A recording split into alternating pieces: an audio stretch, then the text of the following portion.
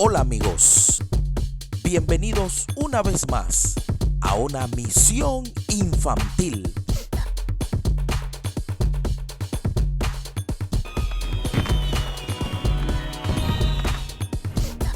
Pero antes, quiero recordarte nuestras redes sociales y en Instagram como Misión Infantil 507, en Facebook como Misión Infantil Osana y en YouTube Misión Infantil TV.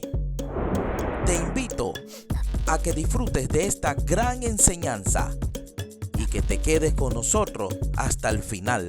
No lo cambies.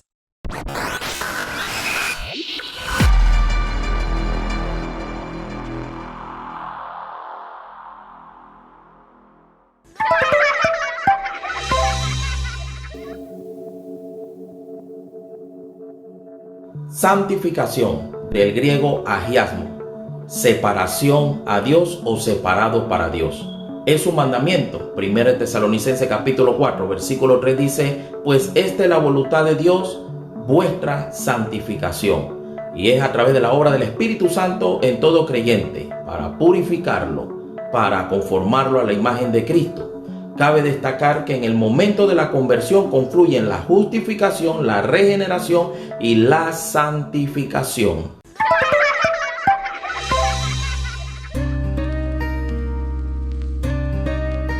La participación divina en la santificación. Dios Padre, 1 Tesalonicenses 5, 23 al 24. Dios Padre nos justificó al atribuirnos la justicia de Cristo y asimismo nos justifica y disciplina. Dios se involucra en la vida de todo aquel que Él recibe como hijo, principalmente moldeando su carácter al de su Hijo Jesucristo. Romanos 8, 29. La disciplina de Dios. Hechos 12 del 5 al 11. Es la formación, instrucción y corrección que Dios utiliza para regular el carácter de sus hijos. Es decir, que Él nos señala las reglas o mandamientos que debemos seguir para conseguir ser lo que Él espera de nosotros. Cómo Dios disciplina a sus hijos. Mediante pruebas y procesos, es decir, mediante situaciones difíciles cuyo fin es volver a la normalidad. La corrección del cristiano ante la disciplina divina. La Biblia nos da 3 posibles respuestas ante la disciplina divina. 1. Manteniéndose rebelde y no prestar atención. Hechos 12:5. 2. Se da por vencido y se desanima. 3.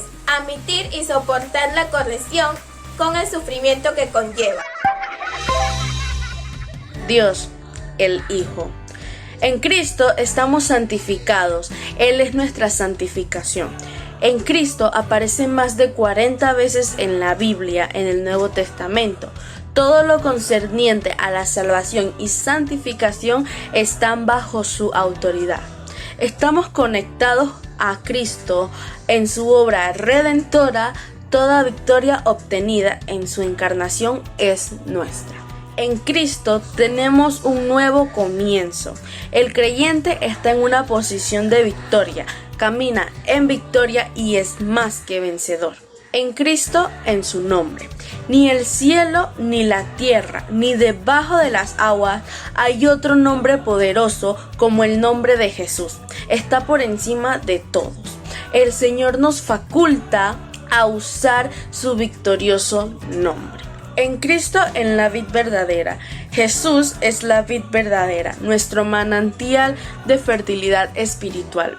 Así como un árbol tiene ramas fructíferas y estéril según su conexión con el tronco, así el creyente puede ser fructífero o estéril según cómo esté unido a Cristo. El estéril es bueno solo para el fuego. Al creyente fructífero, Dios, el labrador, lo limpia para que lleve mucho más fruto y fruto que permanezca. La participación humana en la santificación. Aunque solo Dios nos santifica, la Biblia señala al creyente como totalmente responsable de participar activamente en su santificación. Romanos capítulo 12, versículo 2 dice: así pues, hermanos, no os conforméis a este siglo, sino transformaos mediante la renovación de vuestro entendimiento, para que comprobéis cuál es la buena voluntad de Dios, agradable y perfecta. Seguramente has escuchado antes la palabra santo, o por lo menos la has cantado 1 o 2 veces en la iglesia. Y para la mayoría de las personas, esa idea está conectada solamente con ser una persona moralmente buena. Así que Dios es moralmente perfecto. Así es, eso es una parte. Sin embargo, en la Biblia, la idea de la santidad es aún más grande y más rica. Lo que está describiendo en realidad es cómo Dios es la fuerza creativa detrás de todo el universo. Él es el único ser con el poder de crear un mundo lleno de belleza y vida. Así que todas estas habilidades hacen de Dios alguien completamente único. Ese es el significado de la palabra santo. Una forma útil de pensar en la santidad de Dios es usar el sol como metáfora. El sol es único, por lo menos en nuestro sistema solar, y es realmente poderoso. Es la fuente de toda la hermosa vida de nuestro planeta. Pudieras decir que el sol es santo, y pudieras llevar aún más lejos esa metáfora y decir que toda el área alrededor del sol también es santa. Porque entre más te acercas al sol, se vuelve más intenso. Exacto. Así que ese mismo poder y bondad que genera toda esta vida también es peligroso. Me refiero a que el sol, si te acercas demasiado, te aniquilará. Y de la misma forma, existe una paradoja en el centro mismo de la santidad de Dios. Porque si eres impuro, su presencia es peligrosa para ti. Y no porque sea mala, sino porque es demasiado buena. Y la primera vez que vemos esta paradoja de la santidad de Dios es en la historia de Moisés y la zarza ardiente. Es aquí donde Dios le dice a Moisés que se quite sus sandalias porque está parado en tierra santa. Moisés cubre su rostro con temor y Dios le dice: no te acerques más.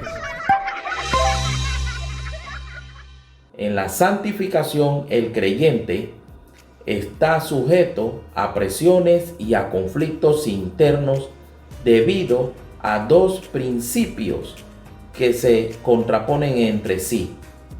Uno, la ley del pecado, y dos, la ley del espíritu. La carne contra el espíritu y el espíritu contra la carne. Esto lo encontramos en Gálatas capítulo 5, versículo 17. La carne. En el Nuevo Testamento se utiliza la carne en varias acepciones. 1, refiriéndonos al cuerpo humano. 2, refiriéndonos a la naturaleza humana. Y número 3, refiriéndonos a la naturaleza pecaminosa. La carne, en su naturaleza pecaminosa, es un poder personalizado, una fuerza totalmente diabólica que opera en nuestras vidas, que coacciona y esclaviza. Es el gran aliado de Satanás. La carne es la parte débil de la naturaleza humana, sede del pecado, y es el esfuerzo humano no motivado por el Espíritu Santo. El cristiano espiritual. El cristiano espiritual vive por el Espíritu. A diferencia del carnal, el espiritual sabe que si siembra para el Espíritu, cosecha para el Espíritu.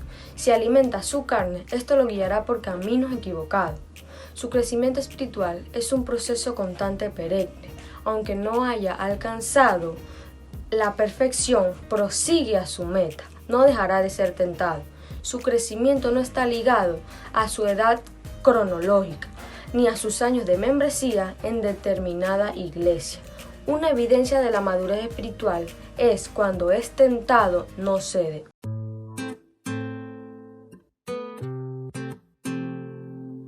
Participación activa de la santificación. Número 1, andar en el Espíritu. Gálatas capítulo 5, versículo 16 dice: digo pues, andad en el Espíritu y no satisfagáis los deseos de la carne. Primera de Pedro 2, del 1 al 2 dice que muestra las dos avenidas de andar en el Espíritu: despojarse de lo malo y buscar lo bueno. Número 2, crucificar la carne. Gálatas 5:24 dice: pero los que son de Cristo han crucificado la carne con sus deseos. Esta es la diferencia de estar crucificado con Cristo y crucificar la carne. Y esto indica una acción. Gálatas 2:20 dice: he sido crucificado juntamente con Cristo. Y ya no vivo yo, mas Cristo vive en mí. Y lo que ahora vivo en la carne, lo vivo en la fe del Hijo de Dios, el cual me amó y se entregó a sí mismo por mí. Número 3. Pelear la buena batalla de la fe. 1 Timoteo 6:11 dice: huye de estas cosas. Pelea la buena batalla de la fe. Para crucificar la carne y pelear la buena batalla de la fe es solo con la ayuda de Dios. El carnal no mata la naturaleza pecaminosa. Esto es un proceso, una lucha entre el Espíritu de Dios y la carne. Una lucha entre la carne y el Espíritu de Dios. Perseverando hasta el fin. Mateo 24:13 dice: mas el que persevera hasta el fin, éste será salvo.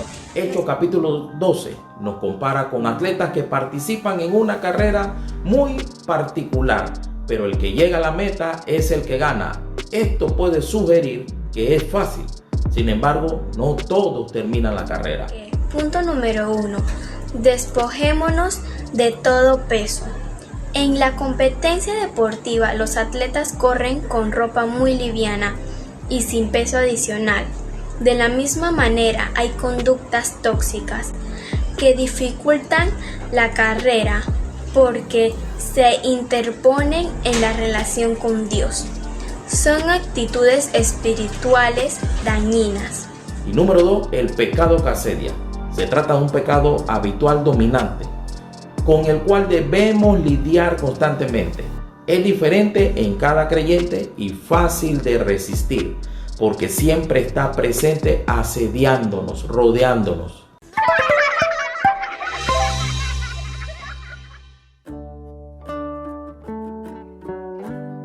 Viviendo la santificación.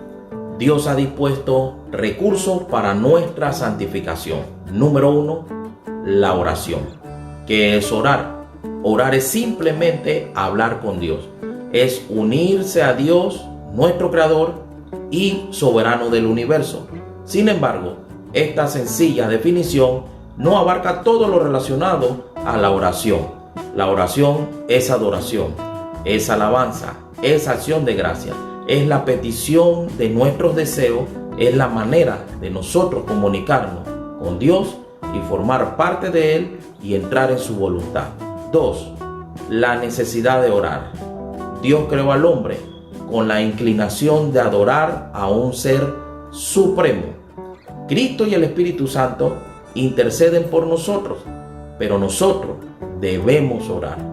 3. ¿De qué manera debemos orar? Con fe. Esto es con confianza.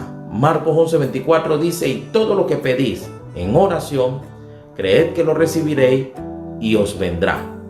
También debemos orar en privado, conforme a Mateo 6:6 nos enseña que la oración es la recámara secreta entre Dios y nosotros. Y por último, hacerlo en el nombre de Jesús. Jesús dijo: pues todo lo que pedid en mi nombre, yo lo haré, para que el nombre del Padre sea glorificado. Y esto es conforme a las Sagradas Escrituras que debemos orar. Citemos la Biblia para ello. Reclamemos la promesa de Dios que están escritas y utilicemos la guía incondicional del Espíritu Santo. Así seremos efectivos, porque la oración eficaz del justo puede mucho. Y el Espíritu Santo intercede con gritos indecibles y nos ayudará a pedir como verdaderamente nos conviene.